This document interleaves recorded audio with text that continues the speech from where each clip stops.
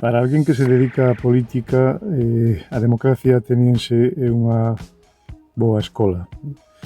Se ademais a túa formación é o mundo do dereito, o romano, despois do durísimo trance da asignatura, sedimentan unha serie de conceptos e de institucións nas que aínda a día de hoxe xiran a vida das persoas, tanto na esfera pública como na privada.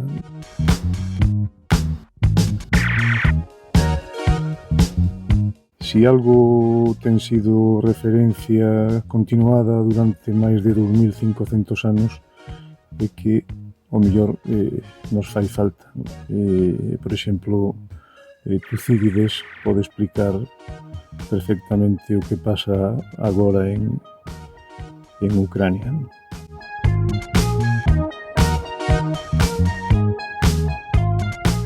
Sin Grecia e Roma quedaríamonos sin unha iconoloxía inagotable, quedaríamonos sin Marco Antonio e Cleopatra, sin Helena de Troya e Aquiles, e eso, independentemente do dispositivo que queiras utilizar, é unha mágoa perdelo.